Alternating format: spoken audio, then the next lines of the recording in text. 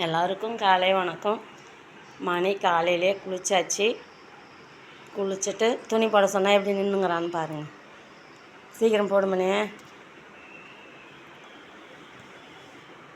போடு. ட்ரெஸ்ஸு போட்டுட்டு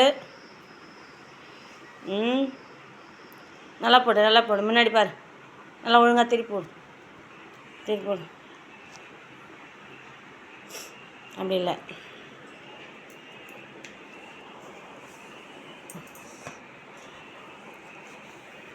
போடு, சட்டை எடுத்து போடு. காலையில் குளிக்க வச்சேன்.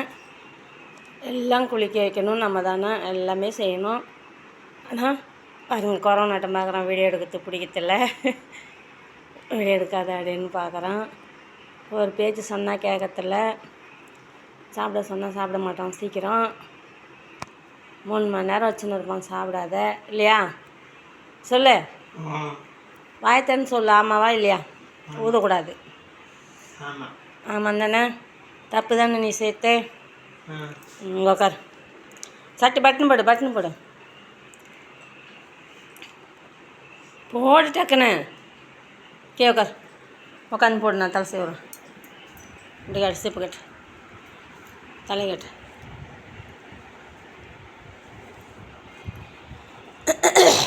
தலை சீவி காலையில் மருந்து தடவணும். முகத்தில் சின்னதாக ஒரு பாடு மாதிரி, ஏதோ ஒரு கடி மாதிரி தெரியுது. அதனால ஆஸ்பத்திரி போய் வந்தோம்.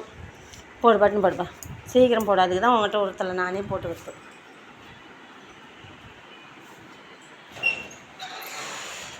ஆஸ்பத்திரி போயிட்டு வந்து அதுக்கு மருந்து தடவின்னு இருக்கிறேன். இப்போது இந்த பாருங்க, இது தேர்த்து பாருங்கட்டா. இது என்னன்னு உங்களுக்கு தெரியுமா?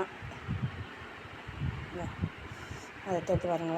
வெள்ளையா இந்த மாதிரி வெள்ளையாக தெரியறதுக்கு தான் ஆஸ்பத்திரி போயிருந்தேன். அவனோட தாடி எல்லாம் கொட்டுது, எல்லாம் முடி கொட்டிடுச்சு.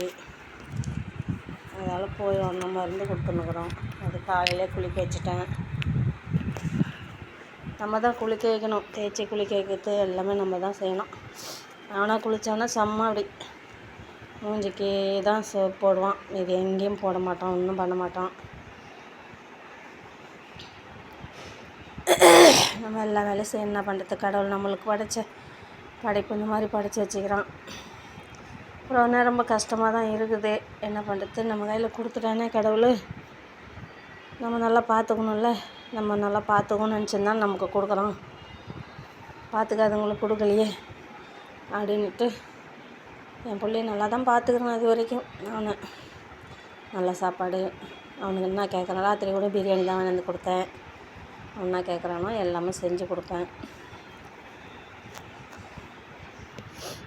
சரி, எனக்கு சொல்லு. நான் நம்ம சொல்கிற பேச்சு கேட்குறேன்னு சொல்லு. கேட்பேன்.